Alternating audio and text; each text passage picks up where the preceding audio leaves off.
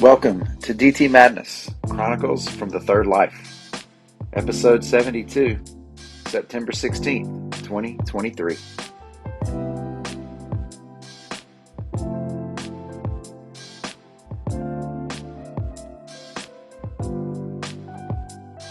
So glad you can make it.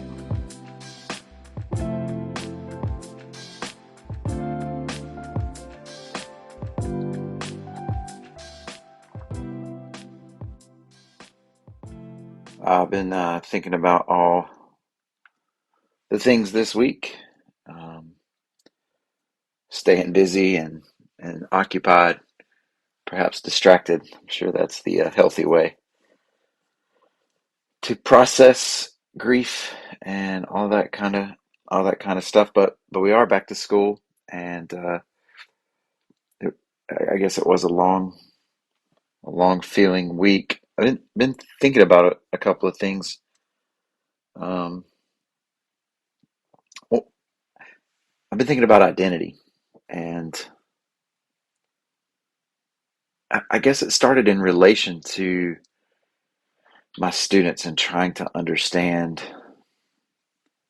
individual students. I talk about this quite a bit, but of course there's an individual identity, and there's a group, a corporate identity that occurs in a classroom, and we're only 3 4 weeks in, and so still settling that corporate identity, and then working around the room with 30 kids in a room.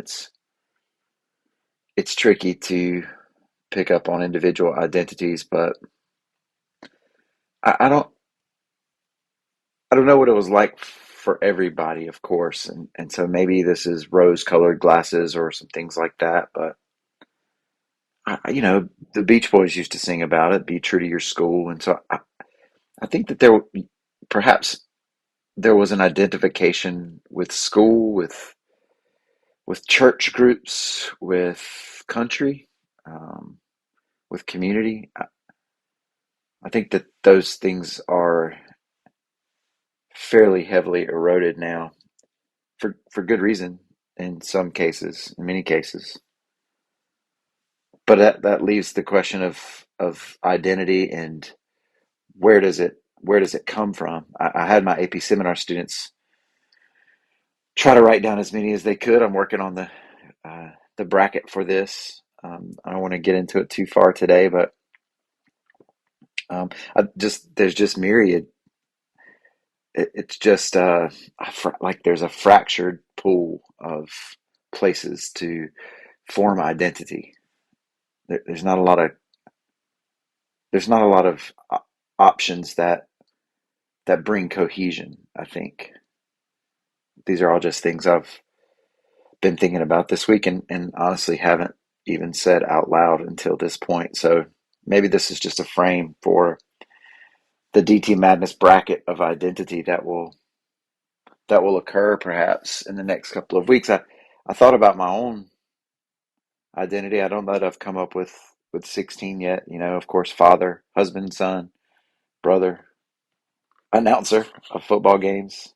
Tennis is a huge part of my identity, and um, kind of the poet, dreamer, philosopher part of me. The podcaster. We'll see how much longer it runs. Um, the mayor, and that's something that I've been thinking about. It's interesting to me to think about these past couple of weeks and the services that we had, especially this time last Saturday, and how the various identities that I have were, you know, intertwined and commingling and all that kind of stuff. And I suppose that's always the case for everyone. Um, but there was part of being mayor that was a part of,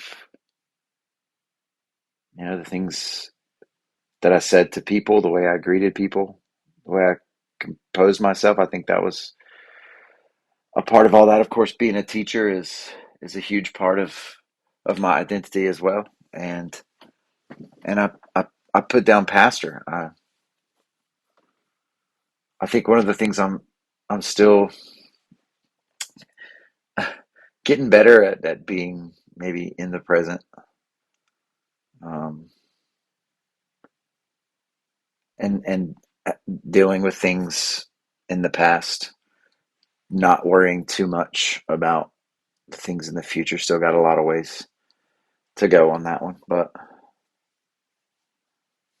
um, I read I read something the other day that one of those ways that we're not in the present is to always be considering what could have happened, And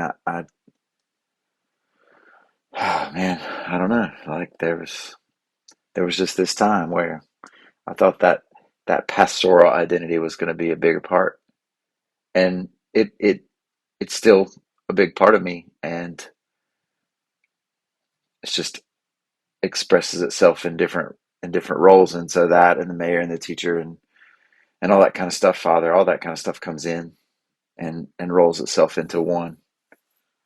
But I don't have identity as much with those institutions that I mentioned at the beginning.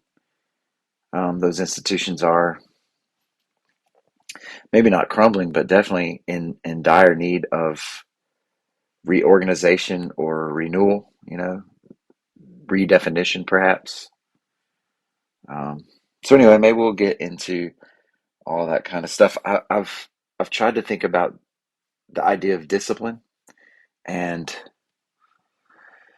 how I could introduce that to my to my students. We have a new teacher on the hall in the social studies department, and he was really struggling on Friday, um, with the inability of the students to think, mixed with the lack of desire. And I think I threw in to him that I'm not sure they know what the end goal is. I'm not sure they know what the telos is, the aim, but and I'm not sure that I could give it to them. Um, I've thought about this idea of the American dream and things like that, and how the conservative viewpoint is to pull yourself up by your bootstraps, and you can get it done in the U.S. At least the old school conservative. I don't know that that's still the case. The most Republican states now are the most heavily dependent on the federal government, but that's a different topic.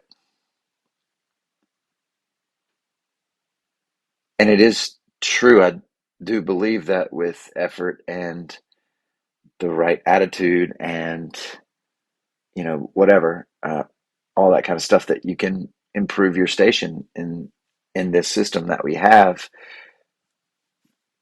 But it has to be admitted that there are kids coming with disadvantages, which the pushback is, but yeah, they can overcome those disadvantages. Which my pushback is, yeah, but they're kids, man.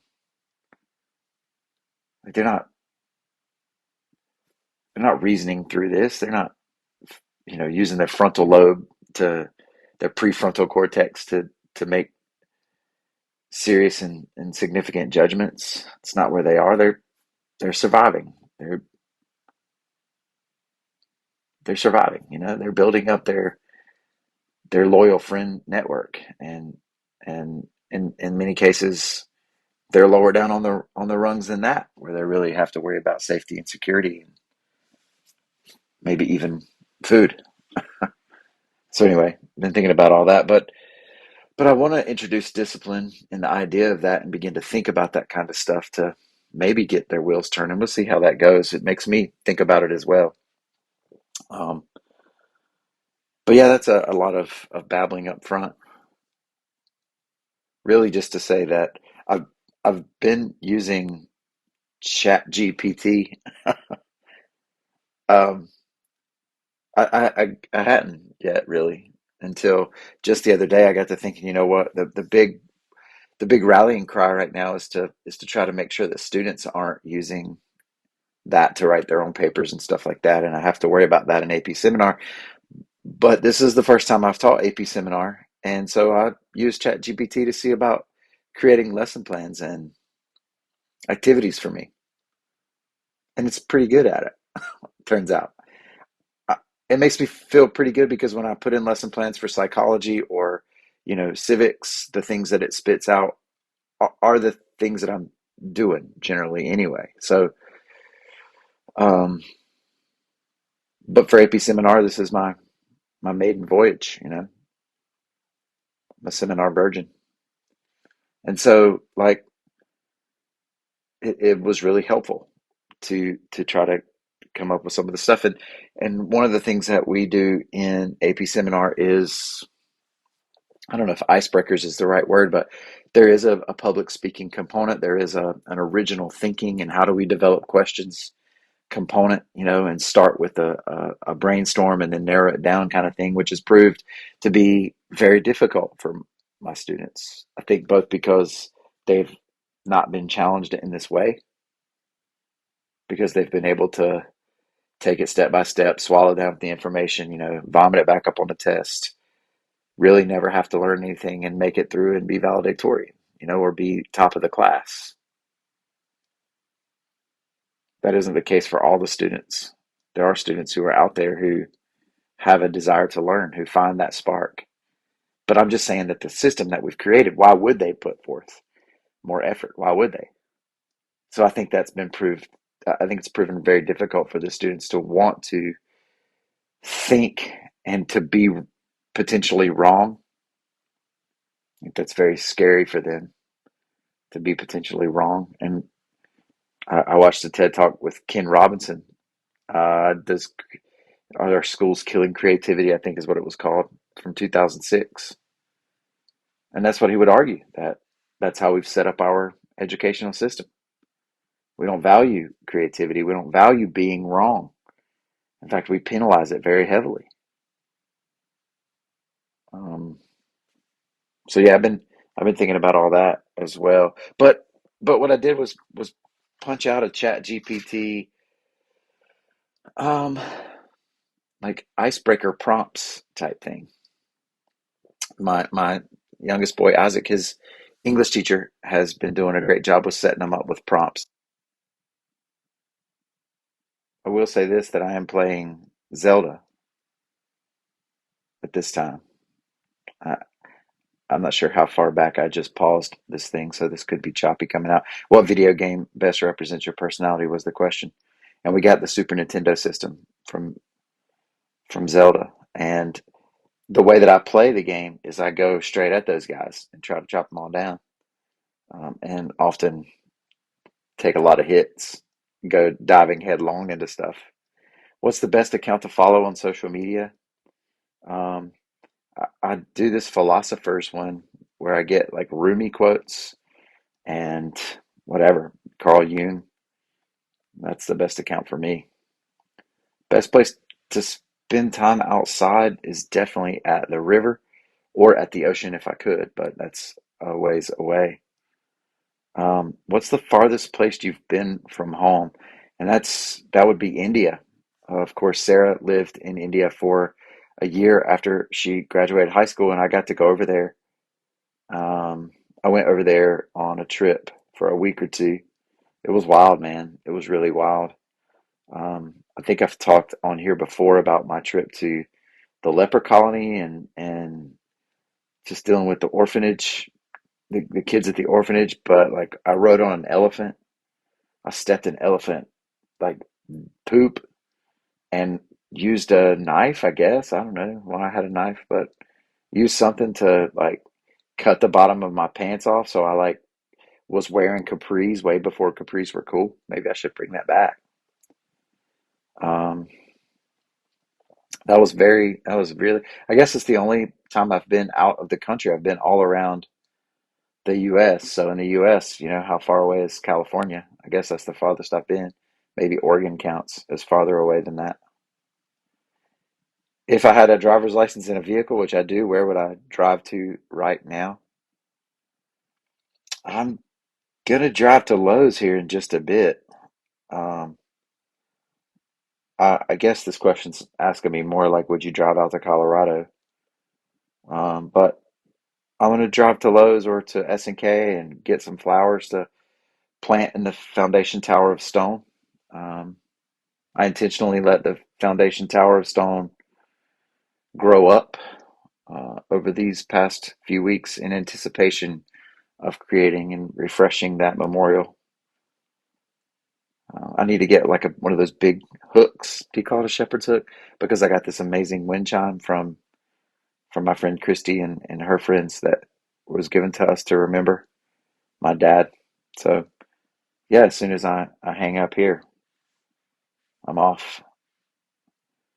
Probably, I mean, obviously I'm going to go by Hannah's.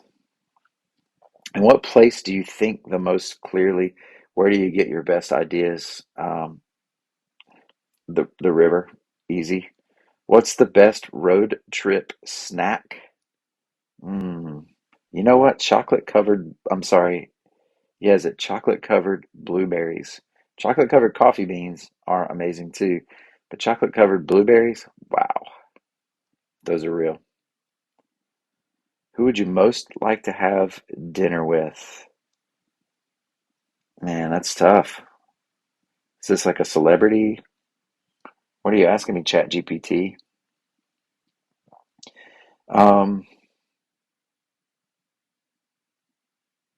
yeah, no, I don't know.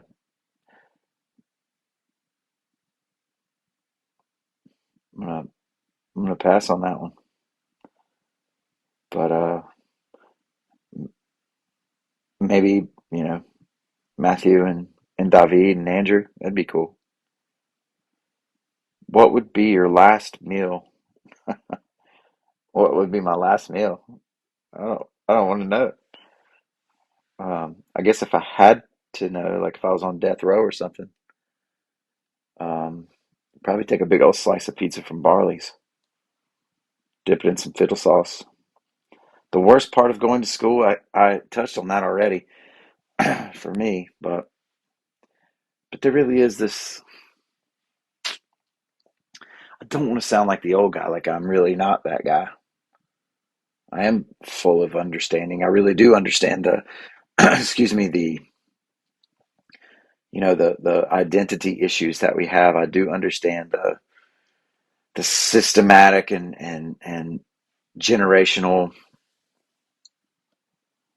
you know, angst that's been passed down over the past several decades.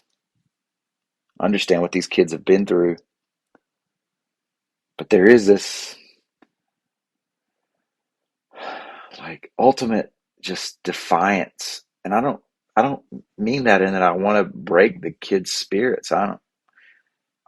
I think I would rather them be that. I think I would rather them have that sense of defiance to them than to be completely, reserved and submissive.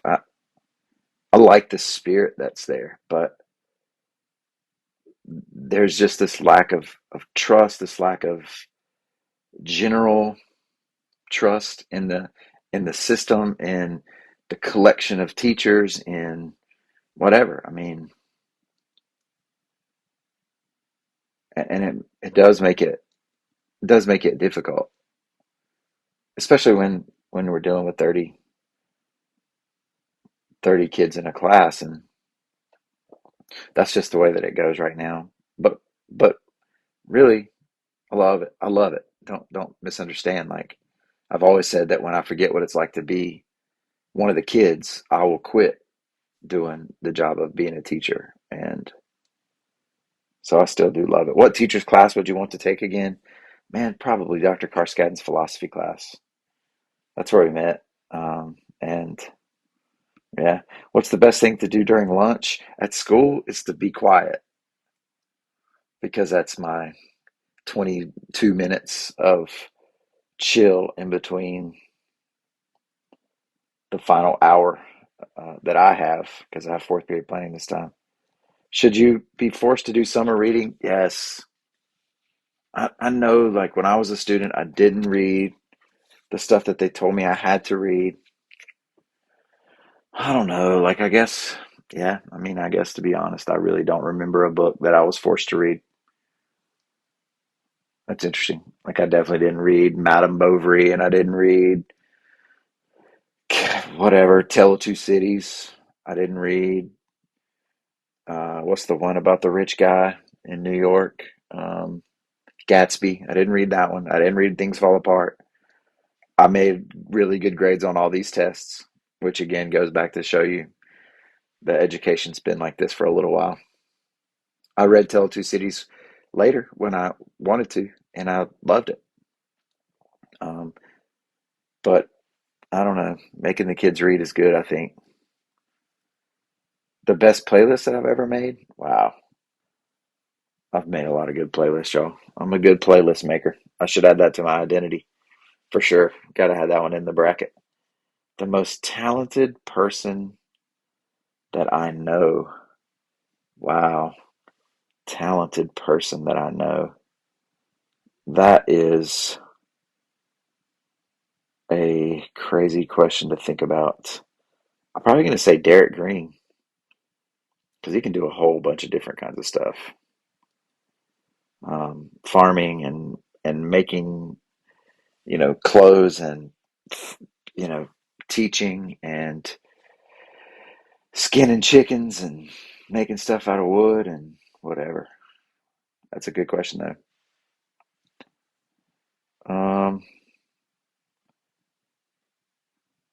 Superpower. I'm gonna skip some of these. Do you think we live in a simulation? You know what? That was an interesting question that I asked yesterday. I asked Mr. Good. I asked,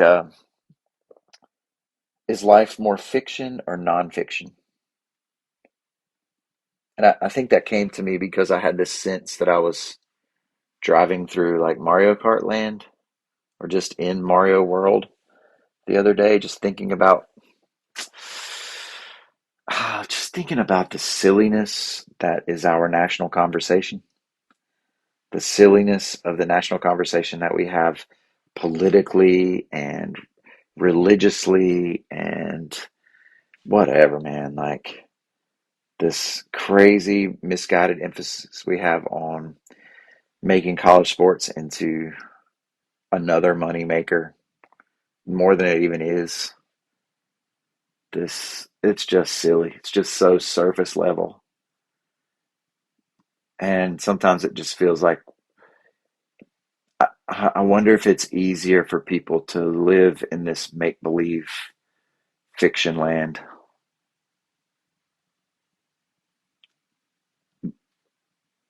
Mr. Good Donnie had a great response to the question, taking a little bit of a different tack, thinking that, it's more fiction because we have these different, things like tone and theme and the denouement. I like that word. The climax. We have these literary themes that pop up in our lives, and we're continuing to write the story.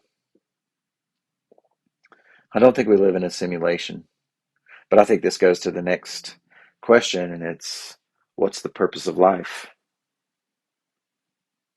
And I think it was a Rumi quote that I read the other day. I finished up the book, the full collection or the main collection of Rumi writing. That to say that we can put words on what the meaning is or what the purpose is ridiculous in a way. Like, can I put words on who I am? I am the meaning.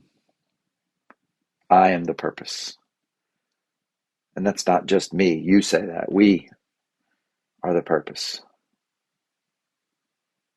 But yeah, what type of food should be added to the cafeteria menu? They should bring that square pizza back, man.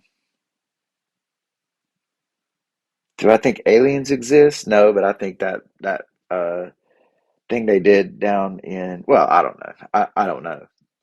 It it'd be wild if they did. Like, but I mean, I guess we continue to learn more and farther out, and most likely we're looking so far out that the aliens are probably some other way. But that was funny what those people did. Was it in Peru, wherever it was, where they got all those people? My students were like, "Man, you see those aliens?" Um, but anyway, what we got here? Favorite book and why? I can't answer that. I got too many. If I did a bracket of books, it would be way more than 16. I got to answer it though. I got to read Zen and the Art of Motorcycle Maintenance again soon. I got this book by, I'm going to have to stand up and make some noise in the nook. Let me check it out. You Are Here, Keywords for Life Explorers by David Steindl Rast, because the thing that we found was the notes that my dad had written for the toast for mine and Sarah's wedding, and he quoted that guy. So I'm going to read that one. Lord of the Rings is coming up. I always read that in the fall. So uh, gonna gonna do that. But anyway, I might come back to some of these questions. There's a million of them, but I just want to end. Like I said, I finished up Rumi, and I want to end with reading this rather long poem. I know we're at 25 minutes here, but this one's called Ocean Love. God is pleased when your love realizes it is part of something oceanic and begins to move with the whole. The larger love is more real, being itself reality. These forms a mix of earth and water. Yes, you say, but I already have a deep love. Not deep or vast enough. More like river water filled with silt. Don't wash your hands there. The love you enter lives in the saints. The love you must enter lives in the saints and prophets. It is already the ocean, whereas most loving still filters through countryside, enjoying the passage. The ocean says, quit pretending to be clear. That pretense keeps you from receiving what I can give. Your water wants to reach the sea, but landscape keeps holding it back.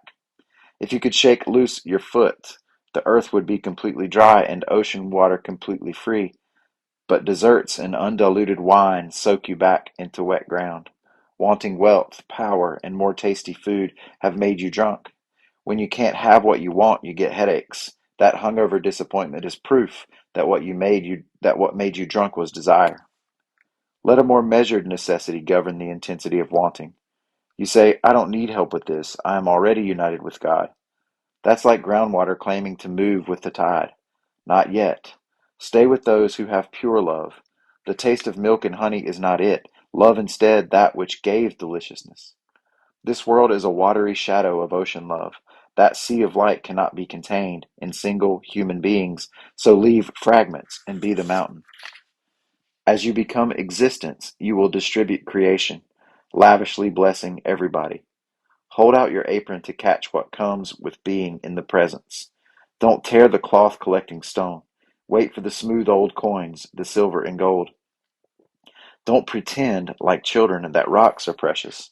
Let the held out apron be your honesty, and don't worry about finding a white haired teacher. Merging with ocean love has nothing to do with age or the color of anyone's hair.